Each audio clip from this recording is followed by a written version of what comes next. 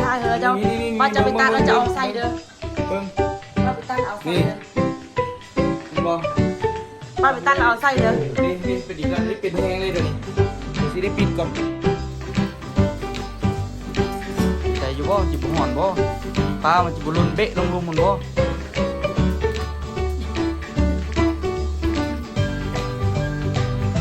ห่อนไหนแถวนี้ตะกี้ป้าที่เดี๋ยวนี้ก็คือสิมีอยู่ป่าบ่ได้หลายมาน้องสบายดีเด้อทุกคนเด้อสบายดีตอนเช้าเนาะเช้ามื้อนี้เฮามาเฮ็ดแนวอยู่แนวกินซึ่งสิมีพี่น้องมาแต่ไก่นะทุกคนเนาะมื้อนี้เขาเจ้ารู้สึกว่าเพิ่นสิมาซื้อรถเนาะก็เลยแบบว่าน่าจะพอสดไปพาไปเลาะเบิ่งอย่างนี้ตัวก็บ่มั่นใจเนาะแต่ตัวนี้สิได้ข้ามไปไทยทุกคนไปเวียกอยู่ไทยไปเฮ็ดให้มันแล้วคันว่าสำมโนครัวนานแล้วตัวก็สิเมื่อไปเฮ็ดไปเวียกอยู่ไทยแหละสิเมื่อลองซานเลยทุกคนแล้วก็หลังจากได้มาสร้างวัคซีนให้ออโต้ประมาณวันที่20นี้จึงสิขึ้นมาเฮ็ดพาสปอร์ตเนาะอันนี้นี่ก็แป๊บเดียวนึงคันได้ลงไปลองซานกับแป๊บเดียวก็ได้ขึ้นมาอีกแล้วทุกคนเนาะมันก็เลยแบบว่าคันว่าอันน่ะสำมโนครัวแล้วก็คือสิได้เดินทางกลับเลยอย่างมานี่ก็ยามมันเนาะทุกคนเนาะมันเสียเวลาเฮาอยู่นี่คลิปเฮาก็บ่ได้หยังก็บ่ได้เฮ็ดมันก็มืดงบไปแต่ละมือไปหลายเติบเลยทุกคนเนาะมื้อนี้ไปเบิ่งว่าพากันเฮ็ดเมนูอย่างแน่เนาะทุกคนตอนนี้นี่พอสดปิ้งปลาท่าเนาะซึ่งพี่น้องที่มาจากเหนือก็คือมาจากเมืองงาแขวงอุดมไซเด้อทุกคนเด้อเมืองงานี่ก็มีเส้นทางรถไฟผ่านเนาะอันนี้มาปิ้งปลาทุกคนจี้บ่ว่าตัวไปเที่ยวเมืองไปเที่ยวเมืองงาล่ะอันน่ะตัวไปนอนน่ะเฮือนเอาปั้นเนาะทุกคนเนาะเราซื้อเอาปั้นไปนอนแล้วก็มีนามีหมิงเนาะทุกคนอ้าวคือทอดเกล็ดเปาะช็อกเก็ตเหรอ ฮะ โอ้เราเพราะว่ากับช็อกเก็ต คันซอกเกล็ดเลยเฮ็ดเป็นแพร่ขึ้นนั่นแม่แพร่คือปลาเอิบนะมันจึงบ่ติดแล้วก็เสื้อมีหีบเอา ได้ไม่ได้มันบัวซอกเนาะ อันนี้มันก็ลอกบ่โด บ่เป็นพออันนี้นะบ่เสร็จแล้วเอามีหยังมาน่ะเอาเล็กอีกอันนึงแล้วพริกมันนี่เลยบ่ต้องพริกเทื่อละโตเท่านี้นะบ่เสร็จลอกหมดแหละมื้อนี้เพิ่นสิมาซื้อรถเนาะทุกคนออกมาแต่เมืองงาพุ่นแหละพอดีรถไฟผ่านโอ้สะดวกสบายทุกคนเดี๋ยวนี้นี่ก็ได้เดินทางมาเวียงขี่รถไฟตืดแป๊บเดียวก็ฮอดแล้วเนาะมื้อนี้นี่ก็มีเมนูปิ้งปลาแล้วก็ไปเพิ่มเมนูอื่นน่ะซึ่งมีอยู่ไหนโอ้ตั้งแต่ไปตีดอง2มื้อนี่รู้สึกเบาโตเว้ยนี่เฮ็ดจังได๋แม่ แกงหมากบวบใส่น้ำต้มไก่ แกงมักบวบใส่น้ำต้มไก่ว่าซั่นแต่ว่ามื้อนี้นี่ก็กะว่าสิไปแต่เช้าๆเนาะ จื้นน่ะหมูสามชั้น เป็นหมูสามชั้นอีก ปิ้งปลาตำมะเขือพอแล้วเนาะ แม่น ถ้าแห้งแล้วกินมีวันนี้เขาก็ไปกินดาดกินจุ่มเลยอยากกินเขา อยากแท้ก็กินดาดกินจุ่มมันหิวข้าว เต้ยไปฮับกัน บ่เคยกินข้าวเหนียวฮะ ไปฮับกันเนี่ยเต้ยไปฮับกันเนี่ย นี่สิเหรอ เพิ่งปีนปลาเพิ่งแค่พูดเรื่องนี้น่ะ ไปฮับก็ได้หม้อนึง ข้างในไปฮับเขาก็ได้ หม้อข้าวจิสุกก่อนไหมเอาโต๊ะก็ให้ปะนี่โชว์น้ำต้มไก่นี่ก็ได้เต็มมือเดือน มีวันนี้ นี่ทุกคนเนาะแล้วคือสิบ่ได้ทายยินดีจะจบดอกรู้สึกว่าสิได้ข้ามไปไทยละโทรศัพท์ก็เริ่มบ่ดีแล้วทุกคนบางทีก็ขึ้นไปจอเหลืองเฟือบเลย ดูดิ โทรศัพท์เพิ่นนี่นะ มันเป็นหยัง มันเป็นนำ13 Pro Max นะแหมมันบ่แม่นว่าตก แน่ อันน่ะคนอื่นก็เป็นแต่ว่าคันว่าไปศูนย์ไอแคร์อยู่อุดรแล้วแม่นบ่ได้เสียเงินจักกีบจักบาท แน่ ไปเฮ็ดฟรีๆเพราะว่ามันเป็นน้ำเครื่องมันหั่นน่ะ แป้งมากมาเถอะแม่คันดิ ฮะอันตัวนี้นี่นะ เออ เพิ่นก็บ่มีอันทำมาหากินเลย เอาก็ซื้อมาเอ้ย ปาดโถทรงเป็นตาเงินหลายทรงเป็นตารวยเนาะ เอาเจอเนาะเอาเจอเนาะ เอาโตให้ไม่พออุ้มถ่ายคลิปกับบ่เมื่อยแล้วเนี่ยมาอุ้มตัวหมาอยู่เอ้ยโอ้ผมจะจิบ่ได้นอนตอนเช้าๆนะโอ้บ่ไหวละอู้มาเอาซะคุณว่า ให้เนี่ย มันให้ขึ้นเป็นบาทน่ะ เมื่อคืนนี่จน1 โมงจนบ่ได้นอนนะ ให้หยังฮะ ใครแต่ว่าเพิ่นบ่ได้เมื่อยหิงเพราะว่าเพิ่นนอนสวยหลายเดิ จิกระเพาะเดียวว่ะ แต่ว่าช่วงตอนเช้าๆนี่ติมันอยากหลับอ่ะ หมอนี่ โอ้โทรศัพท์ก็กระตุกเฟือบเลยแฮงขนาดมื้อนี้แต่ก็ยาเถาะมันใกล้สิได้ไปไทยแล้วมันออกข้อยก็ดีใจอยู่เดิแต่ข่อยย่านบ่ฮู้ว่าสิได้ดนใส่ดนปานใดเอารถข้ามไปเองซะแน่ๆเป็นอีกละ มันเป็นได้เด้อ นี่เด้เบิ่งแม่นี่อ้าวเป็นนี่ล่ะ มันสร้างมาน่ะ บ่มันติดมันเป็นเหลืองหมดเลย สิเด้อเบิ่งดูอ่ะ บ่เดี๋ยวนี้มันบ่เป็นเดี๋ยวนี้นี่นะ โอ้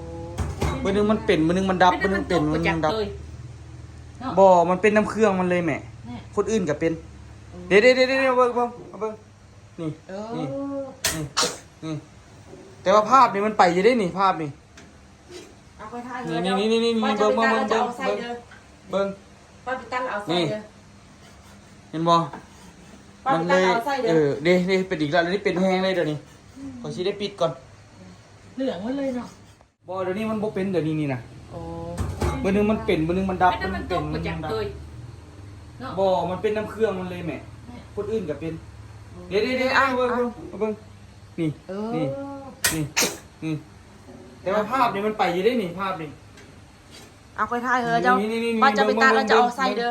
เบิ่ง ป้าไปตันเอาใส่เด้อ เห็นบ่ ป้าไปตันเอาใส่เด้อ เดี๋ยวเป็นอีกแล้วเดี๋ยวนี้เป็นแฮงเลยเดี๋ยวนี้ขอสิได้ปิดก่อน เหลืองมันเลยเนาะ ลิ้นยังบ่ได้เลยนะนี่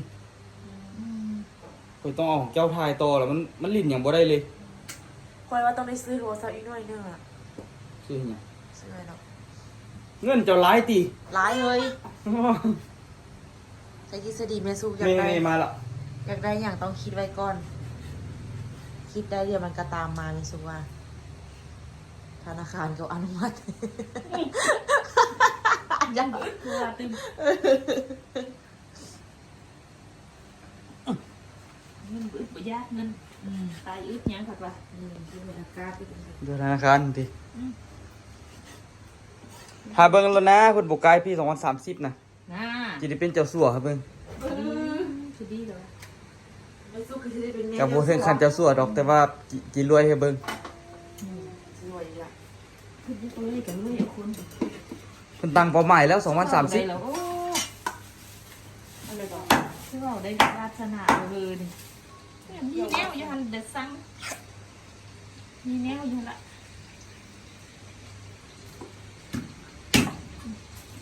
สิแม่วาสนาเพิ่น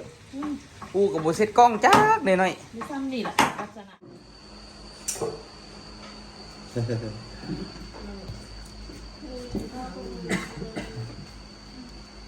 แล้วครัวดีขึ้นหลายเนาะมีหลายเมนูอยู่ทุกคนมื้อนี้แต่ว่าสิ่งที่บ่ขาดก็คือนี่ตำเจียวมะเขือเนาะแต่ว่าเห็นบ่อูบ้านข่อยน่ะมะเขือต้องเอาไปจี้ไฟเลยให้มันดำๆมื้อนี้เลยแล้วก็ลอกหนังออก จริงๆกับเรือดำมันจะได้ อยู่บ้านอูแล้วแม่นเอาไปปิ้งเสื้อแต้ปิ้งนะ เอาแหละ อันนี้ก็ทีมที่กัน คันว่าเอาไปจี้ไฟปุ๊บมันกับโบชุกเลยนะคะมันไหม้เนาะเราก็ต้องให้มันนั่นแน่ อูไปเบิ่งปิ้งปลาดู คือเรื่องจริงจ้าเลย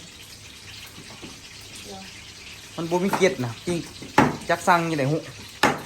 สั่งปลาบ่มีเกล็ด คือคือเด็กไม่คือเป็นเด็ก ก็ไปนำกันบ่แม่นน่ะ บ้าแม่ก็เรียกที่นี่เนาะ ปิ้งปลาบ่เขาซอกเกล็ดโอ้ นั่นผมยังดีในเก่าเลย มื้อหน้าเพิ่นปิ้งกินแม่บ่แซ่บเพิ่นปิ้งน่ะ เอาเจอเนาะ เดี๋ยวกินข้าวในดนึงตัวก็สิได้ข้ามไปไทยคือกันทุกคนมื้อนี้ที่ข้ามไปไทยแล้วก็คือสิได้ไปอุดรแล้วคือสิได้เอารถตัวเองไปแหละมื้อนี้เพราะว่าคณะซ้ำซาไปรบกวนในวันบางทีเราบ่ว่าง ไปแป้งหันเลย เดี๋ยวเอาโทรศัพท์ไปแปลงแดไปเวียกแด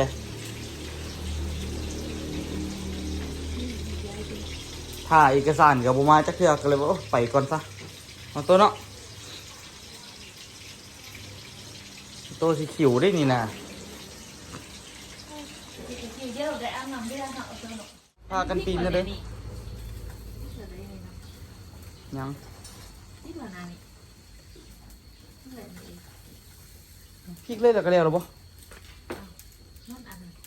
เอาต้นนี้หน่อยจิพริกเหี่ยเสียงค่ะจิพริกกับคืน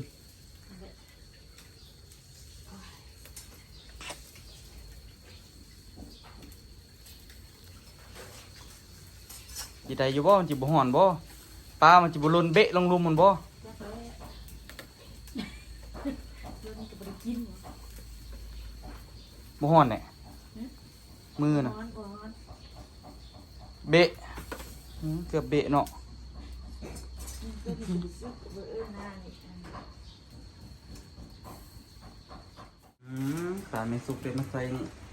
กูซื้อในเตาไมโครเวฟ นี่นี่ ฮะ เพราะว่าเนาะ ก็พอเอ้ยเพิ่นก็กินตอนนี้เพิ่นก็สิไปละกูซื้อเตาไมโครเวฟเนี่ย ฮะอีสื่อนี่สังลืมนะเตย หึ ขั้นสื่อละสื่อแนวดอกใหม่อันเป็นดอกใหม่มาเดี๋ยวอันนี้ดอกเยอะแก ดอกไม้เนี่ย ใช่เขาก็บอกเอาดอก เออ เรื่องนะเอาเสือดอกใหม่นะ มันจะไปเอามาได้สิเด้อเอาครับ มีเยอะอันนั้นละมีเยอะตลาดตะลี่เลย มื้อแนวกินบอกแล้วเงินนี้มักหมูสามชั้นไปอยู่บ้านอูได้กินแต่ผักแต่ปลาไม่ได้กินแต่ผักป่าแล้วหมูก็ได้กินอยู่ต่างแต่ว่า ไปกินตุ๊กกักเนาะ เขาเจ้าละมักกินซุปผักกับมักป่า ไปกินตุ๊กกักเนาะ มันเลยแบบว่ากินยากยี่นี่กินแต่หมูสามชั้นนี่แหละเอาโต้เนาะเอาโต้กับมากินตัวหมูเหมือนบ่เห็นบ่เอาโต้กับมากินตัวหมูเหมือนกันเนี่ยเนาะไปชอบมากินตัวหมูบ่น่าวันนี้ล้างไปชอบกับมากินตัวหมู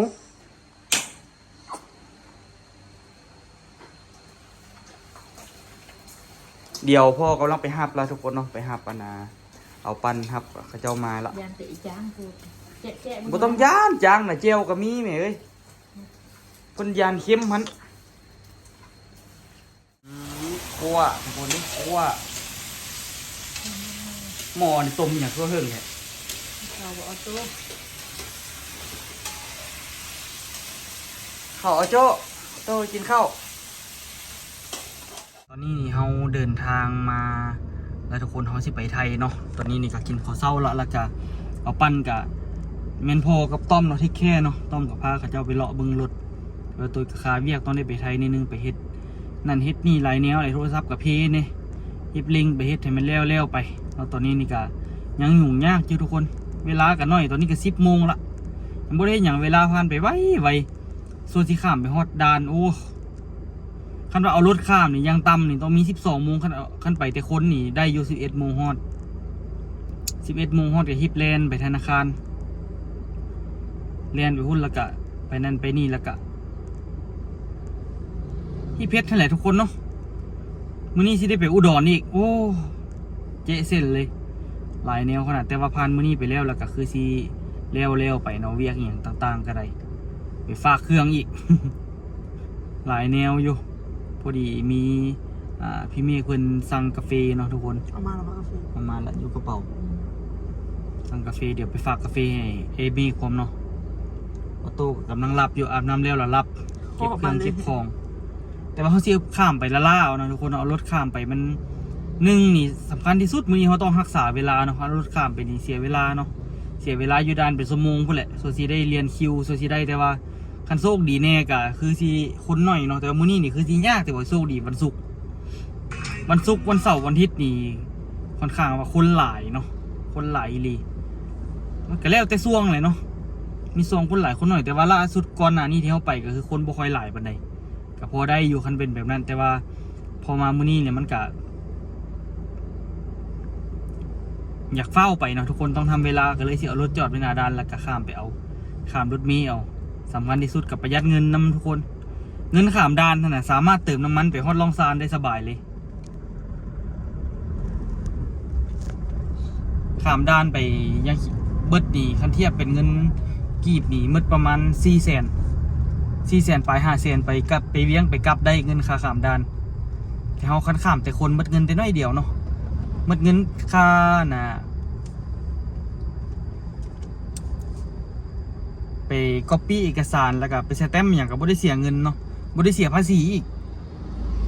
มันเงินแต่น้อยเดียวนะมันเงินบ่ฮอด100ประมาณ100นึงนี่แหละ100นึงกับ50-60 พันมันสิต่างกันหลายเลย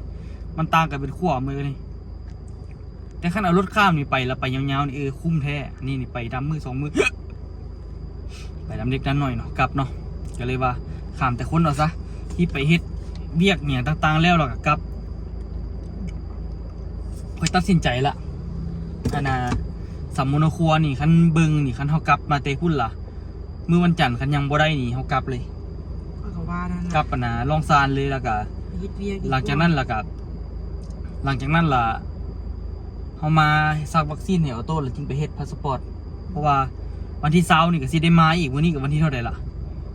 ที่5แล้ววะบ่ก็ประมาณอีก2อาทิตย์เนาะได้มาอีกที่จริงก็อยากเฮ็ดให้มันเร็วๆไปเนาะให้มันเป็นบ่วงไปแต่ว่าสมมุติครัวมันบ่แล้วจักเทื่อนี่มันเสียเวลาเนาะแต่คันว่าสมมุติครัวแล้ววันจันทร์นี่อาจจะได้เฮ็ดให้มันโตให้มันแล้วไปคันว่าวันจันทร์โทรหาเขาเจ้าว่ายังบ่แล้วก็คือสิกลับละเสียเวลาทำมาหากิน มาเบสฮานเนี่ยมันแล้ว เรื่องบ่เฮ็ดห้านนี่เจ้าก็บ่ได้เฮ็ดอยู่แล้วข่อยก็บ่ได้เฮ็ดคือกันเฮาจ้างเขาเฮาบ่อยู่เขาก็เฮ็ดเวียกได้ ที่เขาเฮ็ดเลี้ยวมาแล้วที่ซาปูนมันจัน สิแล้วเด้ เลี้ยวมาแล้ว ต่างแต่ว่าเฮาบ่อยู่กับบ่เกี่ยวเฮาจ้างเขาก็มันก็เรียกกับก้าวหน้าต่อไปเฮาอยู่เฮาก็บ่ได้เฮ็ดหยังคือเก่าต่างแต่ว่าไปหุ้นมันก็มีคลิปแต่ว่าเพราะว่าเป็นห่วงห้านสิมันก็บ่ได้เป็นห่วงเพราะอีหยัง ส่วนมะนาวมันก็ยังอยู่ฮะเลยทุกคนมันยังบ่เป็นอย่างจากอันดอกแต่ว่ายังบ่มีเวลาไปใส่ฝุ่นมันซื่อ แม่นแต่ว่าคันกลับไปคันเฮาบ่ได้เฮ็ดหยังนี่สิไปเอาฝุ่นแล้วก็สิไป ใส่ฝุ่น ใส่ฝุ่นส่วนบักนาวเดี๋ยวนี้ตัวเอาปั๊มมาแปลงอยู่นี่เนี่ยเอาปั๊มมาซ่อมเพราะว่าสุดก่อนนี่มันไหม้ทุกคนมันไหม้เพราะว่าตัวบ่ได้เปิดเป็นเดือนฮะ เนาะ อันไหน เงินค่อยถอนบ่เนาะ เขาถอดกระถอนก็เงินอะไรก็บ่มีแล้วก็เดี๋ยวอันนี้น่ะทุกคน เฮ็ดซับสมมาแต่โดน จักเดือนแล้วของอูก็ได้ เดือนลูกหาก็ได้มื้อเดียว เพราะว่าน่ะเอาปั๊มสุดก่อนนี่ปั๊มส่งเนาะเนื่องจากแท่งมันน่ะหัวแล้วตัวบ่มีเวลาไปซ่อมเลยเป็นเดือนทุกคนตัวละไปซ่อมแซมไปทาสีโอ้น้ำบ่หัวเลยหลังจากนั้นตัวมาเปิดแล้วมันแล้วใบพัดมันบ่หมุนเนาะตัวละบ่ฮู้โทรลงไอ้โลดอยู่ไอ้โลดมันคือนี่จะได้ยินเสียงบ่สินะโอ้พอนาทีนึงไหม้ บอกฟิงเอาค่อยเขาเพจก่อน เขาเจ้าเลยว่าน่ะเขาเจ้าว่าน่ะอันน่ะสายทองอันนี้มันบ่เป็นสายทองแท้สายทองที่มาน้ำปั๊มมันเป็นนั่นน่ะมันเป็นเขาเอื้นหยังวะอลูมิเนียมวะกลัววะแล้วเขาเจ้าเคลือบทองเขาเจ้าว่ามันเลยไหม้ไว้คันเป็นทองบ่ไหม้ง่ายปานนี้เขาเจ้าว่าก็เลยว่าไปต้อยไปพันใหม่มาเลยให้เขาเจ้าพันใหม่โอ้ล้านแปดนี่ 3,000 กว่าบาทเลยทุกคนประมาณ 3,000 บาทนี่แหละเบิดเติบนึงมาแปลงโทรศัพท์นี่บ่ฮู้สิเบิดเท่าใดชีวิตมีแต่เงินเลยมีแต่เงินอีหลี มีแต่ค่าใช้จ่ายเลย เพราะว่าเฮาจมลาย ก็ได้จมมาแล้วเนาะชีวิตเนาะชีวิตมันก็ต้องขับเคลื่อนด้วยความลำบาก คันว่ามีแต่ความสบายหลายมันก็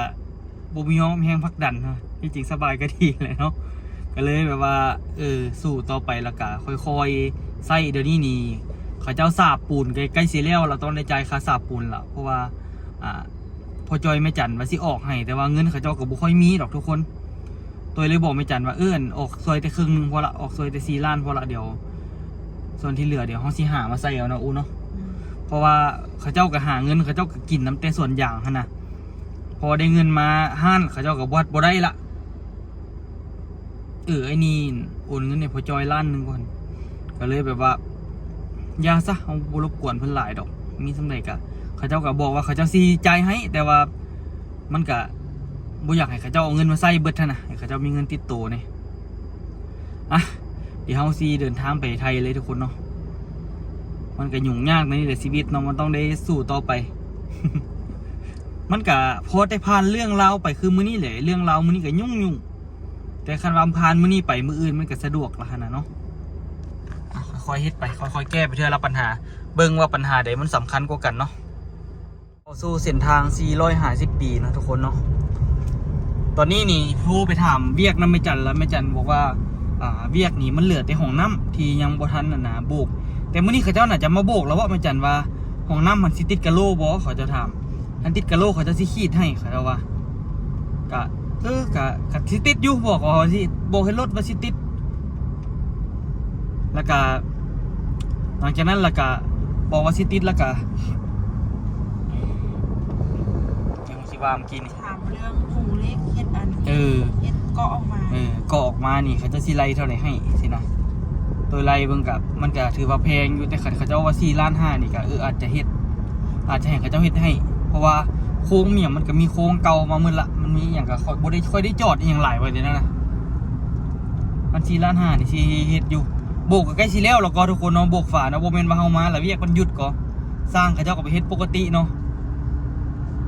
สร้างเขาเจ้าไปเฮ็ดเวียกปกติแล้วก็ส่วนมักนาวก็จักที่จังไดเนาะตัวเฮ็ดห้านตัวก็บ่ค่อยมีเวลาแต่ก็พยายามแบ่งเวลาให้ได้หลายที่สุดมื้อใดตัวบ่ได้เฮ็ดห้านมื้อฝนตกก็ตัวก็ไปแปลงแทงน้ำสินะแปลงแทงน้ำกับพัดปั๊มเพแล้วก็ได้เอาออกมาซ่อมปั๊มคืนสินะมันก็หลายแนวอยู่ทุกคน ทุเรียนลาวตัวน้องไปจับไปดู รถต่ำก็ได้นี่ ทุกคนน้องอู้ไว้ทุกคนเบิ่งทุเรียนโอ้เขาเจ้าขายเป็นคันรถอันนี้เลยพูดน่ะโลว่าไหนเขาติดป้ายราคาวะ รถละแสน งามเลยเนาะโลละแสนเท่าจากนั้นค่อยมาอย่างปีดำอิดเขาเจ้าขายโลนึงเขาเจ้าขายโลนึง65,000ค่อยว่าแพงแน่แพงว่ะขอกิน รถละแสนก็ถือดูแรงเงินบาทเดี๋ยวนี้100 ปลายเดี๋ยวนี้100ถึง60 บาท66,000ละได้เกือบ67ละได้ไปถอนเงินบ้าค่อย เงินบาทเดี๋ยวนี้โอ้ยคามเรา แห้งสูงขึ้นแห้งขึ้นเงินเราอ่อนค่าหลายเนาะเดี๋ยวนี้ถือว่าตกหลายเลยเดี๋ยวนี้แต่ว่าคนก็คือบ่ค่อยตื่นคือตะกี้แล้วเนาะปกติแหละ FC ว่าเขาว่าเงินค่าเงินเลี้ยงก็ลดลงรายได้ YouTube ก็ลดลงไปนำอันเดียเนี่ยคือเว้าคือฮู้เรื่องเขาดีบางทีอ่านแล้วก็เนาะสิเนาะมันจะมีบางคนการเลยคนกับบางคนกับคนเดียวอะไรแบบว่าเปลี่ยนแอคเคาท์เนาะบ่เปลี่ยนแอคเคาท์ดอกทั้งทรงข่อยทรงเจ้าบนหักซีนี้ดอกโดดลอยมาคนกับคนเดียวแหละถึงเทสดีสำเร็จกะเว้าให้คือเก่ามันมีเด้อเดี๋ยวนี้นะ YouTube มันพัฒนาเด้อทุกคนเด้อมันสามารถติ๊กเข้าไปเบิ่งได้ว่าคนนี้นะคอมเมนต์ซองเจ้าจักเทื่อคอมเมนต์อีหยังให้เจ้าได้แล้วก็เฮามันกดใจให้เขาบ่หรือบ่กดใจมันมีขึ้นมาเด้อตัวเดียวนี้นะ YouTube มันก็พัฒนาเด้มือนี่ก็จับอีหยังตัวอีหยังมาเบียงนี่ตันเลยงูสิจังได๋เลยสิไปใส่มาใส่กับไก่พุ่นเนาะอูเนาะมันยากเขามีลูกบ่มีเอาลูกให้เฮาคือเฮาอยู่ลองซานอย่างน้อยอยู่ลองซานยังพอฝากแม่จันแบบนั่นนี่แล้วเฮาก็ไปแล้วเฮาก็มาสินะแต่ว่าอยู่นี่เฮาฝากแม่สุกบ่ได้แม่สุกเราเฮ็ดเวียกเรามีคนเจ็บแต่ว่าคันจำเป็นได้แท้เอาไปฝากเราก็พอได้อยู่สิจ้างแม่บ้านคือไอ้ตีไผสิมาอยู่นำโซ่กับมีก็โอ้เอาไปอยู่ลองซานนั่นน่ะมันสิไปอยู่นำเฮาบ่อยู่แล้วเนาะเวลาไปถ่ายคลิปก็ฝากไว้ก่อนก็ดีเกิดก็เนาะดีเอาไปไทยเดี๋ยวก็เอาไปน้ำไปเที่ยวไปเดี๋ยวก็ได้เอากระเทคันเฮามีเฮาต้องได้เอาไปนำเด้เอาความหมายว่าเอาไปนำก็ต้องได้เอาไปเอาลูกให้เฮาแล้วกับต่างไปเที่ยวน้ำมาแล้วเดี๋ยวจะบ่ฝากเครื่องว่ะอันนี้เป็นสางใหญ่ว่ะได้ที่ไหนสางใหญ่บ่มีบอนฝากเครื่องฝากบ่ได้ว่ะพูดทางหน้าพูดเบิ่งไหมนี่ทางหน้านี่เดี๋ยวฝากเครื่องก่อนเดี๋ยวนี้สงครามส่งด่วนกำลังมาแฮงเรียกแล้วสิเบิ่งหนังก่อนฟังนี่ป่ะโรยฝากรุ่นเนาะฝากเลย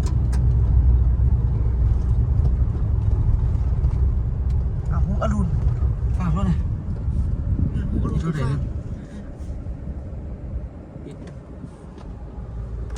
แถวนี้ตะกี้ป้าติดรถเดี๋ยวนี้ก็คือสิมีอยู่ป่าปลาไก่หลายปลาน้อยนะปลาขาวปลายังนะปลาวานแห่ซ้ำสิกินตอนนั้นมากับพอบิลลี่เหรอบอกเสียดายแต่ก็นั่นเนี่ยพอได้หน้าพอบิลลี่ผู้เดียวแล้วว่าเสียละไ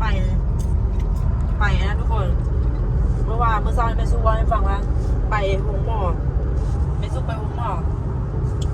พยาบาลกันยังไงคอยเบิ่งคลิปลูกไพ่อยู่ตลอดเด้ ค่อยมักเบิ่งเราไปหานอกเก็บผักไปซ้อนเมื่อวานนี้เอาไปทานขายเครื่อง นี่ได้ให้เบิ่งในมือหนึงก่อนนี่แหละแรงทำมาหากินปลาน้อยปลาขาวปลาอย่างว่าทุกขอกระดุ้งมาตึกมาบ้านแห่มาคักเลยนี่แจนี่อีกตะกี้มาแจนี่ที่แหละนวดจอกสีดับละ ผู้แฟนวิรดาเหรอ เออ ขวัญสามีเนาะ แฟนกูดนะเมียผัวกูด ทุกคนน้องอุกกับต้ยไปเจอวิรดาแล้วได้จะไปถ่ายคลิปร่วมกัน เมื่อหนาไปดินมาเขาบอก ไปเจอวิรดาแล้วไปเจอวิรดาไปถ่ายรูปเฮ็ดเอกสารอย่างสักอย่างอะไรออโต้กับไปถ่ายรูปให้เราสปอร์ตแล้วเลยจะเจอกันตัวจริงกับฟิลลี่ดีเนาะ แมน ก็คืออยู่กล้องเลยก็คืออยู่กล้องเลย แบบอยู่กล้องแบบหุ่นอย่างไหนก็แบบอยู่นอกก็ประมาณนั้นนะที่จริงวิรดาฮันเป็นแฟนกับเป็นแฟนกับมู่โต้ยบ่ได้เป็นมู่กันโดยกงเนาะ แมนบ่ได้ฮู้จักกันโดยกงเป็นหมู่ผัวของเพื่อนละเมนเป็นหมู่ตัวสมัยเฮียนน้ำกันทุกคนเฮียนละเมนไปน้ำกันสองเซียวแต่สมัยนั้นมันตูดข่อยตลอดสมัยนั้น ชื่อเขา ตูดแท้ตูดวะตูดหายใจคาเกมให้ จะได้บ่ ตอนนั้นข่อยบ่มีรถไปห้างเกมไปอย่างนะมันล่ะคันเมเลิกเวียกมาละเอารถละมาฮับข่อยกระจายค่าเก็บให้มันแต่มันว่ากูบ่ให้มึงจ่ายให้ได้กูยืมไปยืมมา11 แสนสมัยเรียนบ่จ่าย ใส่อย่างน้อยเป็นเด็กน้อย มันก็เงินเล็กๆน้อยๆสิล่ะทุกคนสมมุติ3,000 กีบตอนนั้นโอ้ว่าน้อยหลายสมัยนั้นก็คือว่าหลายเด้ หนักกว่าไหม ไปเบิ่งหนังบ่ เวียกแล้ว บ่ต้องไปโฮมดอก เวียกแล้วก่อนเวียกแล้ว บ่เบิ่งหนังนี่นะเบิ่งบ่เรียกแล้วอย่างเจ้า สงครามสงครามชีวิตกับเจ้าเอง สิไปเบิ่งอยู่วันในวันอย่าไปเบิ่งหนัง เวียกแล้วค่ะเอ้า มื้อแลงนี่แหละสิได้จัดเลยนี่นะโอ้ยเจาะเหลืองหมดเลยเดี๋ยวนี้แต่ว่าถ่ายเนี่ยติดอยู่เดี๋ยวนี้นี่นะแต่ว่าคันว่าอันนะบ่ได้ฮู้เลยว่าอันไหนซ้ำใดนะทุกคนเดี๋ยวนี้ถ่ายมันติดอยู่แต่ว่าจอมันเหลืองหมดละตอนนี้ก็นี่ละทางทุกคนเนาะสิได้เลี้ยวขวาไปข้างหน้าก็สิเป็นอยู่ฝั่งไทยละเลี้ยวขวาเข้าไปด่านเลยทุกคนเนาะบ่เป็นการเสียเวลาขี่รถยาวแล้วนี่ประหยัดน้ำมันก็ขี่รถในเมืองก็โอ้ขี่รถในเมืองน่ะเปลืองน้ำมันน่ะกระทรวงอันนี้รัฐวิสาหกิจการค้าผ่านแดนจวดมื้อนี้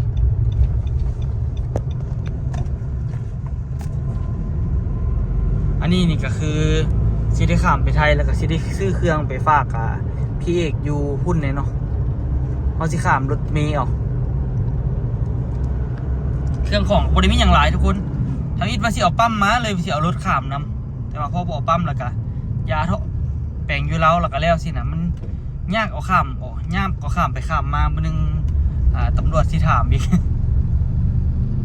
ก็เลยว่าตัดสินใจเฮ็ดอยู่แล้วซะแล้วไป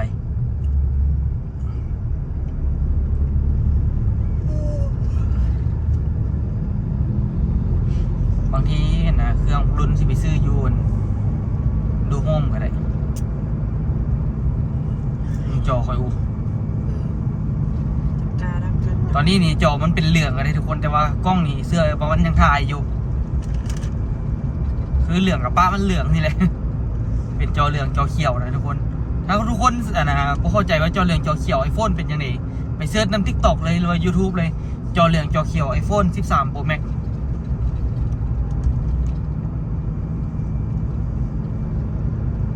ขอให้ทันไปเด้มื้อนี้เนาะ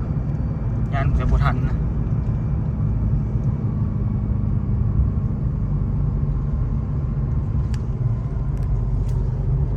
หมดแล้วทางขับหนองคายเนาะเหลืออีก6 กิโลอ่ะเลี้ยวขวาใครดอกบ่ได้เอารถข้ามบ่ได้เฮ็ดเอกสารยากเนาะแต่กับบ่ฮู้เลยว่าทายนี่ได้หรือบ่ได้อูจะเบิ่งงงเลยตอนนี้บ่ฮู้ว่าทายได้หรือบ่ได้เลยเพราะว่ามันเป็นจอเหลืองจอเขียวบ่เลยเดี๋ยวนี้เข้ามาละไปเดี๋ยวเราไปเบิ่ง บิ่งเอกสารก่อน